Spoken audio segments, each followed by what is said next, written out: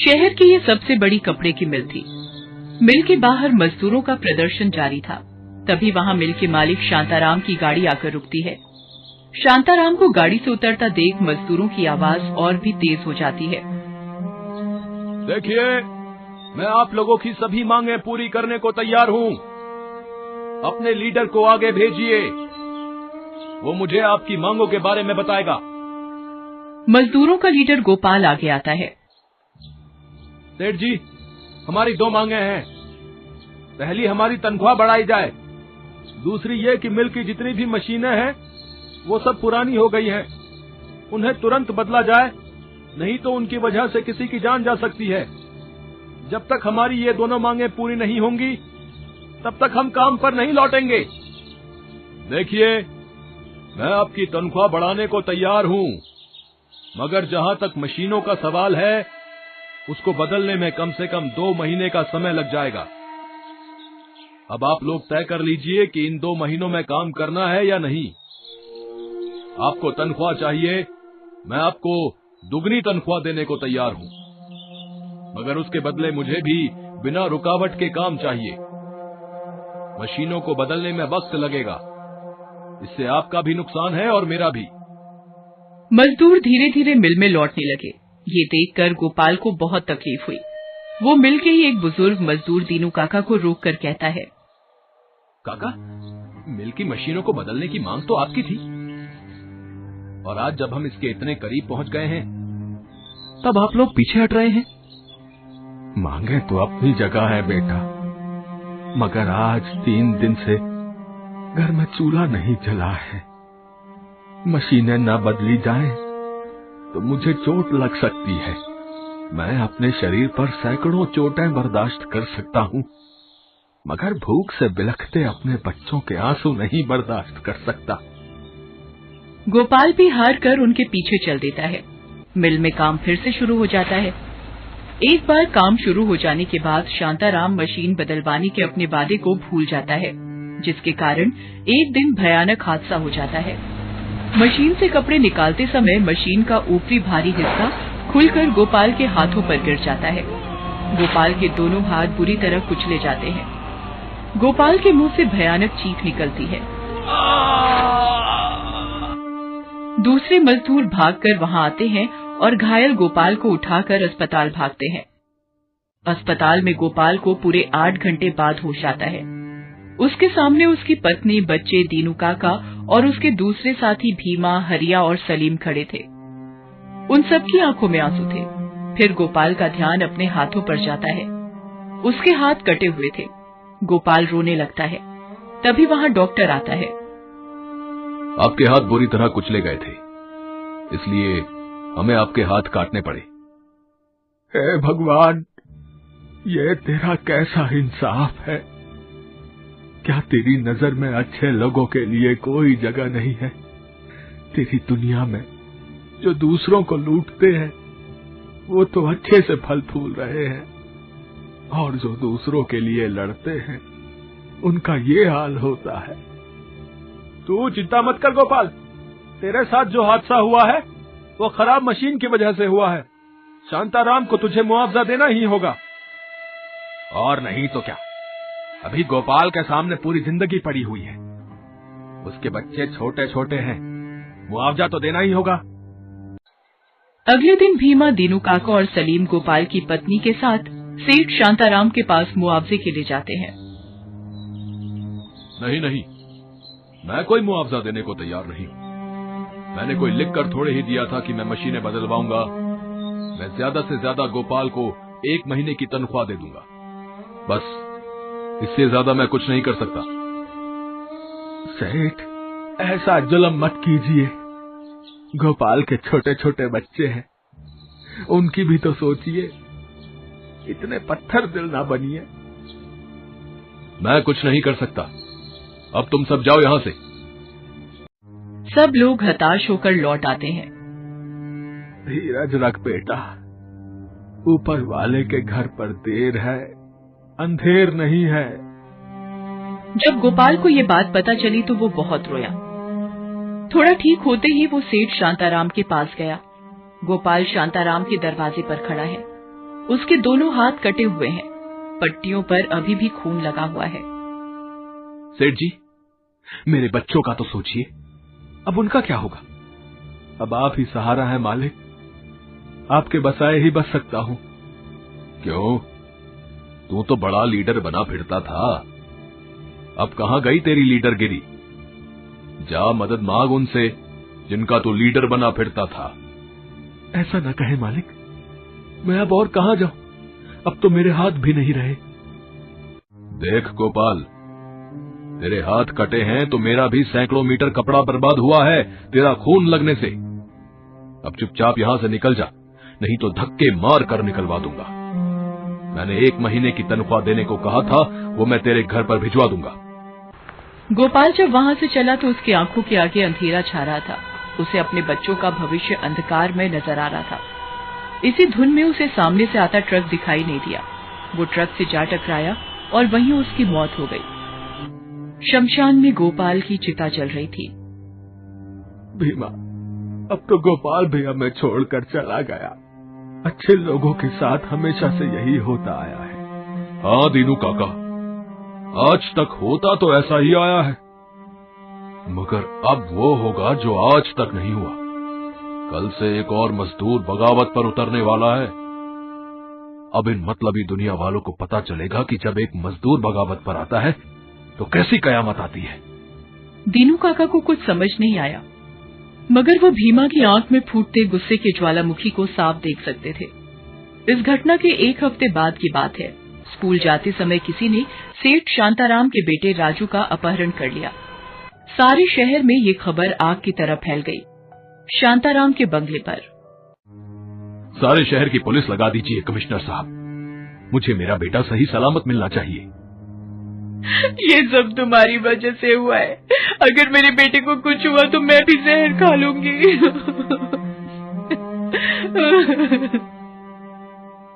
शांताराम अपनी पत्नी को संभालता है, तभी वहां पर भीमा आता है। मर गया है तुम्हारा राजू, मार डाला तुम्हारे ही सताए हुए किसी ने उसे। अगर यकीन ना हो तो ये देखो। भीमा उसके सामने खून से सना कपड़ा फेंकता है। ये राजू के खून से सनी हुई शर्ट थी। उसे देखकर शांताराम और उसकी पत्नी दहाड़ी मार कर रोने लगते हैं। राजू की क्या गलती थी? उसे क्यों मारा? क्यों? क्योंकि तुम्हारी मिल में काम करने वाला गोपाल तुम्हारी लालच की वजह से अपाहिज होकर मर गया। क्यों? क्योंकि उसकी बीवी मालती मुआवजे के लिए तुम्हारी चौखट पर सर पटकती रही। तुम्हारी ही मिल के 250 मजदूर रोज अपना खून जला जला कर तुम्हारी जेबें गर्म करते हैं, फिर भी उनके घरों में चूल्हे ठंडे पड़े हुए हैं। क्यों? क्यों? क्यों? तुम्हारे ही पापों की कीमत चुकाई है तुम्हारे बेटे राजू ने। ये दिन देखने से पहले मैं मर क्यों नहीं गया? तभी भीमा आवाज लगाता है, राजू, संभालो अपने पापा को। फिर वहां राजू उछलता कूदता आता है और अपने माँ बाप के गले लग जाता है।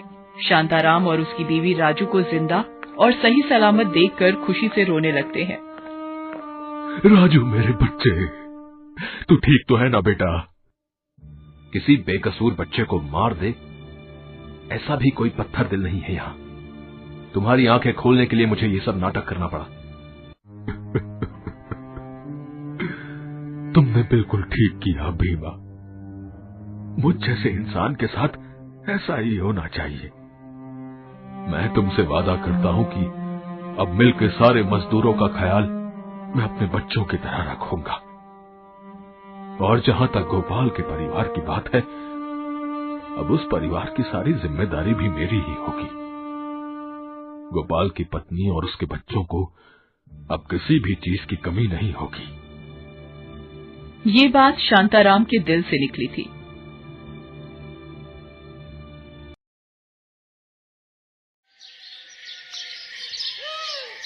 हरिया सोकर उठा ही था कि उसकी पत्नी रूपा बोली, सुनो जी, अब घर में रोटी सब्जी कैसे बनेगी? चूल्हा जलाने के लिए ईंधन भी खत्म हो गया है। तुम कोई काम वगैरह ढूंढने की कोशिश करो जी।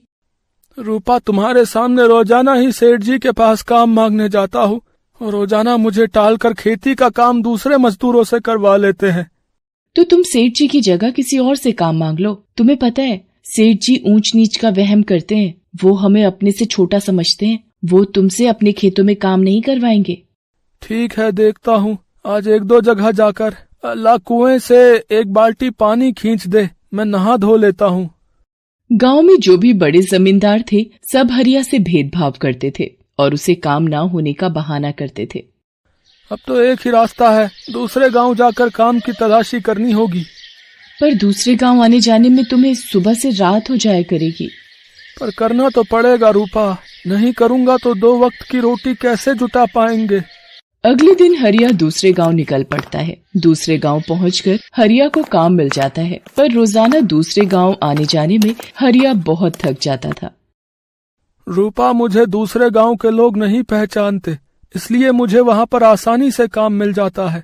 एक मेरे अपने गांव के लोग जो सीधे मुंह बात भी नहीं करते। भगवान, आपकी बनाई दुनिया में तो सब मनुष्य बराबर हैं, कोई ऊंच नीच की भावना नहीं है, कोई अमीर गरीब नहीं है। फिर मेरे साथ ही ऐसा भेदभाव क्यों भगवान? अपने ही गांव में आज मुझे दुत्कारा जाता है। काम मांगने जाओ तो गांव के सेठ और जमींदार कहते हैं कि मैं उनके यहाँ काम करने के लायक नहीं हूँ।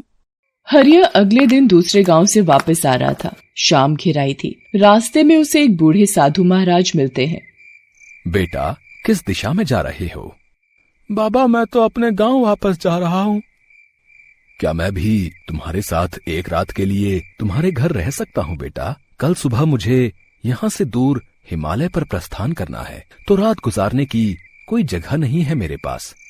हाँ हाँ बाबा, जरूर, आप मेरे साथ मेरे घर चलिए और आराम से रात बिता सकते हैं। पर क्या हुआ बेटा, तुम रुक क्यों गए? अगर तुम मेरा अपने साथ जाना पसंद नहीं करते या तुम्हारे साथ चलने में कोई अड़चन है तो मैं नहीं जाऊंगा बेटा। कोई बात नहीं, मैं यहाँ जंगल में ही रात गुजार दूंगा। नहीं बाबा, ऐसी कोई बात नहीं है, पर क्या आप मेरे घर रह पाओगे? मेरे यहाँ तो गांव का कोई भी व्यक्ति नहीं आता, सब मेरे से दूर भागते हैं। सब कहते हैं कि मैं उन सब से बहुत छोटा हूँ, उन सब के साथ बैठने उठने लायक नहीं हूँ। बस यही सोच रहा था बाबा। नहीं बेटा, व्यक्ति छोटा या बड़ा नहीं होता, उसके कर्म ही उसे बड़ा बनाते हैं। मैं तुम्हारे घर में खुशी खुशी रात बिता सकता हूँ। बाबा, आपकी बातें सुनकर मुझे आज बेहद प्रसन्नता हुई है। आज कोई अतिथि मेरे घर में आएगा तो रूपा को भी बहुत खुशी होगी। हरिया उन साधु महाराज को अपने साथ घर ले आता है और रूपा से गरम गरम रोटी बनाने के लिए कहता है। रूपा, बहुत समय के पश्चात हमारे घर कोई अतिथि पधारे हैं और वो भी साधु महाराज के रूप में। तुम एक काम करो, जो भी आटा रखा है उसकी गरम रोटियां बनाकर ऊपर गुड़ रख कर दे दो। बाबा, ये लीजिए गरम रोटी और गुड़। हमारा अहोभाग्य है जो आप हमारे यहाँ पधारे हैं बाबा।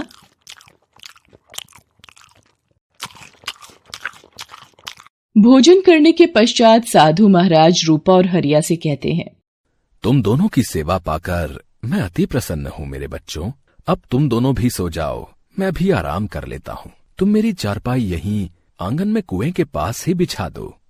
हरिया साधु महाराज के लिए कुएं के पास ही बिस्तर लगा देता है और कुछ समय पश्चात साधु महाराज को नींद आ जाती है। अगली सुबह हरिया और रूपा सो रहे थे। साधु महाराज कुएं के पास जाते हैं और अपने कमंडल में से जल की कुछ बूंदें लेकर कुएं में छिड़क देते हैं। इतनी देर में हरिया और रूपा भी उठकर आ जाते हैं।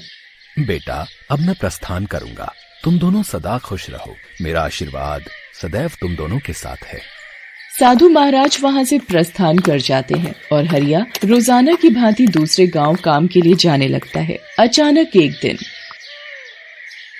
भैया, लगता है गांव में सूखा पड़ रहा है। नदी नाले सब सूखते जा रहे हैं। मेरे तो घर के पास के सारे कुएं और तालाब सूख गए हैं। सुदर्शन जी, आपकी तो छोड़ो, हमारे साथ भी यही कहानी है। मेरे अपने घर में भी इतना गहरा कुआं खुदवाया हुआ है, वो भी पूरा सूख चुका है। एक बूंद भी पानी की नहीं है। मुझे तो लगता है कि हमें गांव के चौधरी जी से बात करनी चाहिए। सब लोग गांव के चौधरी के पास जाते हैं, पर वहाँ तो अजी सुनते हो, घर में चूल्हा कैसे जलेगा, भोजन कैसे बनेगा, पानी की एक बूंद भी नहीं है, सारे मटके और बर्तन खाली पड़े हैं, घर के दोनों कुएं सूख चुके हैं, कहाँ से आएगा पानी पीने का। गांव के इतने बड़े जमींदार हो, तुम्हें पता है गांव में सूखा पड़ चुका है, कुछ तो उपाय सोचो। अब गांव में सूखा पड़ गया है, हम भी क्या करें। जो थोड़ा बहुत पानी था मैंने तुम्हें मंगवा कर दे दिया। अब सारे नौकर चाकर भी दूर गांव से पानी ला ला कर थक गए हैं। कोई भी हमें अपने गांव से पानी नहीं देता है। सबको अपने गांव की चिंता है, इसलिए हर कोई अपने गांव में पानी बचा कर रखना चाहता है कि कहीं वहां भी सूखा ना पड़ जाए। चौधरी साहब, हम सब की भी यही विपदा है कि गांव में पानी कहाँ से आए। पानी की एक बूंद भी गांव में नहीं है चौधरी साहब। सब घरों का बुरा हाल है। गांव के सारे कुएं, तालाब, नदी, नाले सब सूख चुके हैं। कहीं भी पानी की एक बूंद नहीं है। मालिक, कुछ कीजिए चौधरी साहब। गांव में सूखा पड़ जाने से सब लोग बहुत परेशान थे। उधर हरिया और रूपा हैरान थे। रूपा, पूरे गांव में सूखा पड़ा हुआ है, कहीं भी पानी की एक बूंद नहीं है, पर हमारे कुएं में तो पानी पूरी तरह से भरा हुआ है, और वो भी साफ और मीठा। ऐसा कैसे हो सकता है रूपा कि गांव के सभी कुएं और तालाब सूख गए हैं पर हमारे कुएं का पानी नहीं सूखा। मुझे तो ये उन्हीं साधु बाबा का चमत्कार लगता है जो उस दिन हमारे यहाँ रात में ठहरे थे। मैंने उन्हें कमंडल से कुछ जल की बूंदें इस कुएं में छिड़कते हुए देखा था। शायद उन्हें एहसास हो गया था कि इस गांव में सूखा पड़ने वाला है। हे साधु महाराज, आप जहाँ कहीं भी हैं, हमारी तरफ से धन्यवाद स्वीकार कीजिए। हरिया और रूपा मन ही मन उन साधु महाराज को धन्यवाद करते हैं। उधर जब ये बात जमींदार को पता चलती है तो वो भी हैरान रह जाता है। क्या उस गरीब का कुआं पानी से भरा हुआ है? ऐसा कैसे हो सकता है? ये तो असंभव है कि पूरे गांव में पानी की एक बूंद नहीं है और हरिया का कुआं पानी से भरा हुआ है।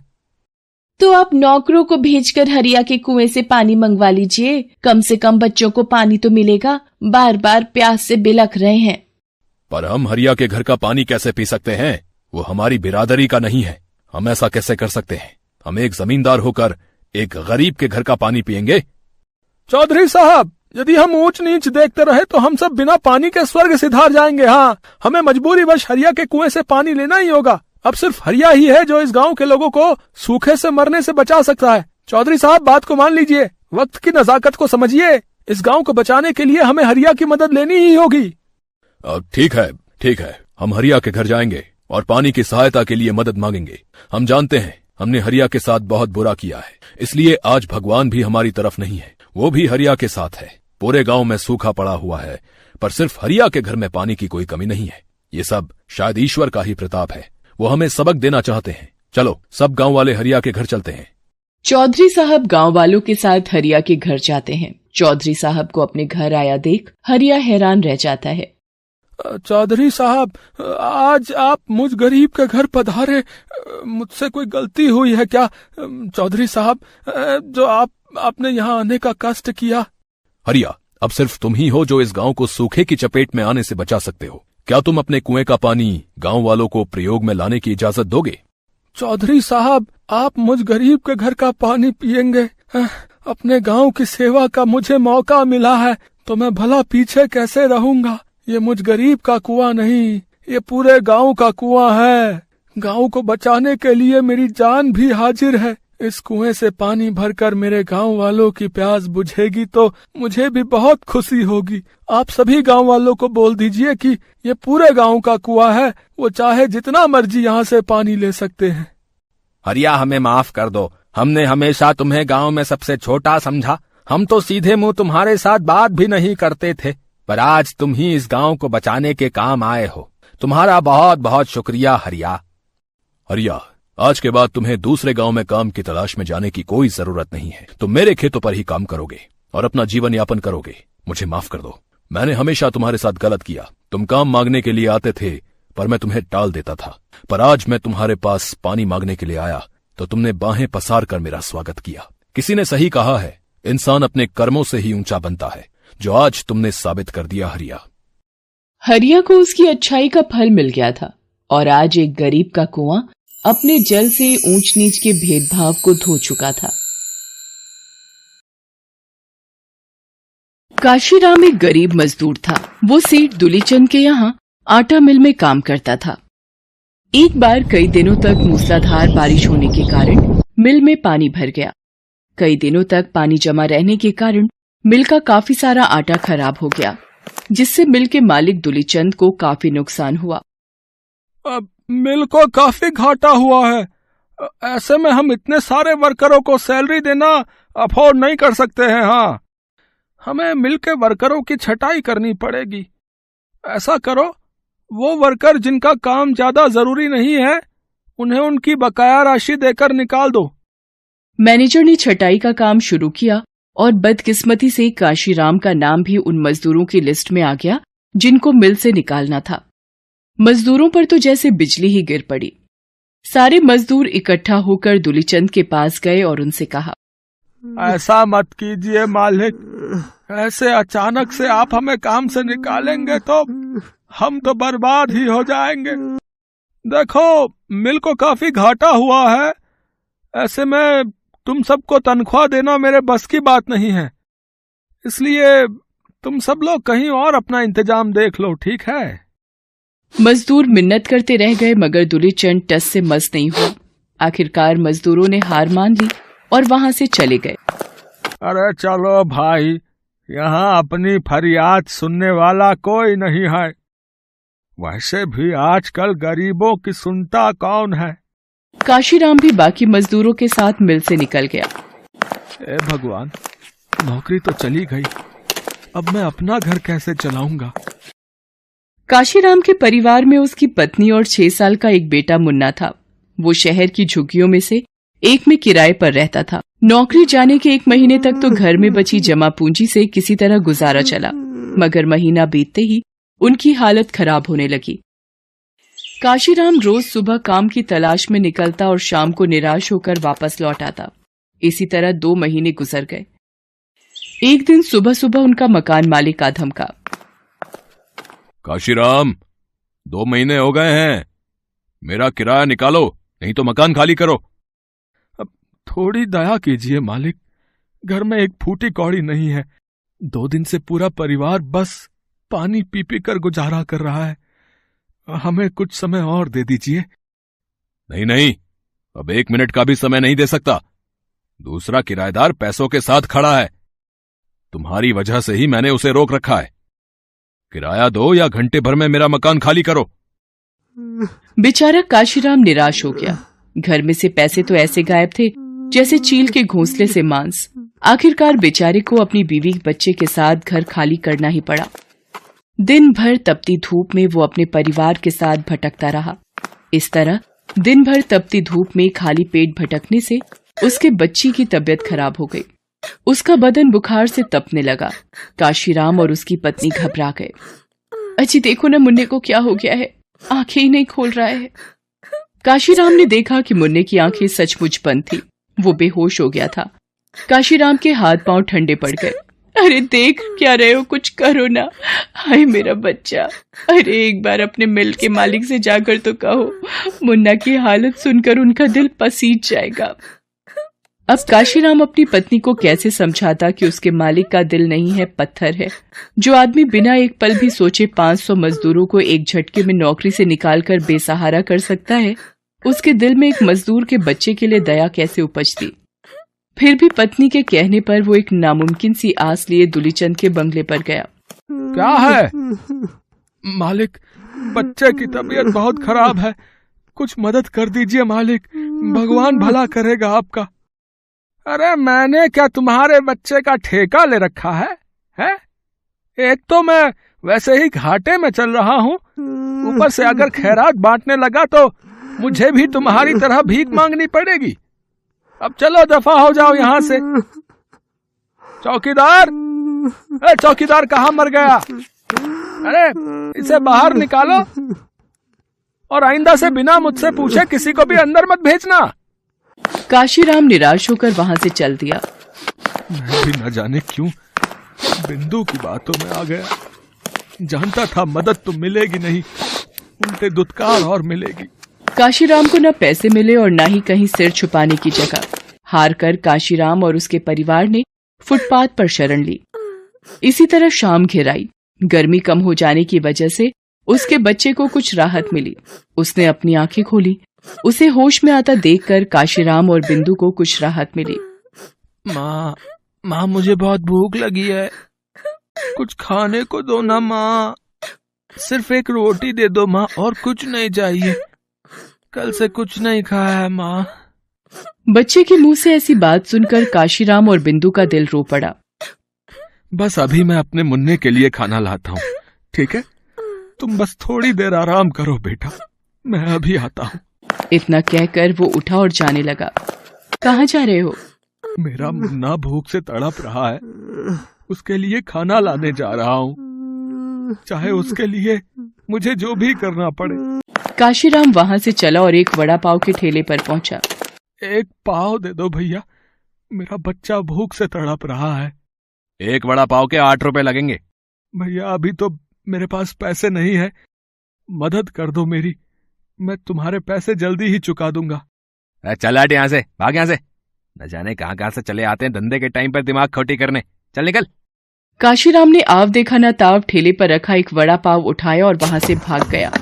अरे अरे चोर चोर चोर! मगर तब तक काशीराम वहां से भाग चुका था। उस रात फुटपाथ पर उनका बच्चा सोया हुआ था। काशीराम उसके सिरहाने बैठा हुआ था और बिंदु बच्चे के माथे पर ठंडे पानी की पट्टी रख रही थी। तभी वहां से कई मोटरसाइकिल सवार लड़के तेज शोर मचाते हुए निकले। वो सब शराब पिए हुए थे और बाइक बहुत तेज चला रहे थे। तभी उनमें से एक बाइक वाला लड़का अपना संतुलन खो देता है और धड़ाम से बिजली के खंभे से टकरा जाता है। उसके सिर में भयानक चोट लगती है, वो वहीं गिर जाता है और उसकी बाइक उसके ही पैर पर गिर जाती है। उसके मुंह से एक भयानक चीख निकलती है और वो वहीं बेहोश हो जाता है। ये सब देखकर काशीराम और उसकी पत्नी सहम जाते हैं। अरे मरने दो मुझे, उससे क्या है? मैंने थोड़े ही उससे कहा था कि शराब पीकर गाड़ी चलाओ। देखो कहीं मर ना गया हो। कैसी बात करते हो, ये भी तो किसी का बेटा होगा। चलो देखते हैं। दोनों वहां जाते हैं। लड़के के सिर से बेतहाशा खून बह रहा था। काशीराम और बिंदु जोर लगाकर बाइक को उठाते हैं। लड़के का पांव टेढ़ा हो रखा था। जाहिर सी बात थी कि उसके पांव की हड्डी टूट चुकी थी। बिंदु ने जल्दी से अपने साड़ी का आंचल फाड़ा और लड़के के सिर में बांध दिया। सांस तो चल रही है, अस्पताल ले जाना होगा, मगर अस्पताल तो यहाँ से काफी दूर है, कैसे ले जाएंगे? तभी उसकी नजर सड़क पर रखे एक हाथ गाड़ी पर पड़ती है। उसके दिमाग में एक आइडिया आता है। बिंदु और काशीराम दोनों बड़ी मुश्किल से उस लड़के को उस पर लाद देते हैं। अस्पताल में लड़के के मोबाइल से उसके पिता का नंबर मिलता है, जिससे उसके घर सूचना दी जाती है। लड़के के माँ और बाप दौड़े दौड़े आते हैं। उसका बाप कोई और नहीं बल्कि सेठ दुलीचंद ही था। 15 मिनट की और देर हो जाती तो आपके लड़के का बचना नामुमकिन था। वो तो भला हो उस आदमी का जो आपके लड़के को ठीक समय पर यहाँ ले आया। कौन है वो डॉक्टर साहब? मुझे एक बार उस फरिश्ते के पास ले चलिए।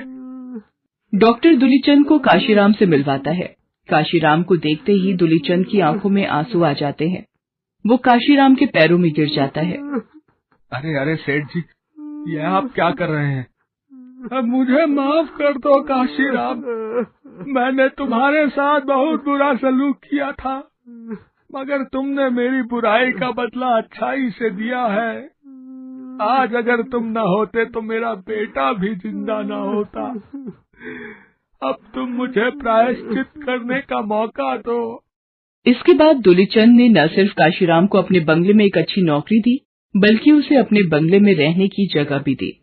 हेलो दोस्तों, कैसे हैं आप सब? हमारी कहानियाँ देखने के लिए हमारे चैनल को सब्सक्राइब कीजिए और हाँ, बेल आइकॉन पर क्लिक करना मत भूलिएगा।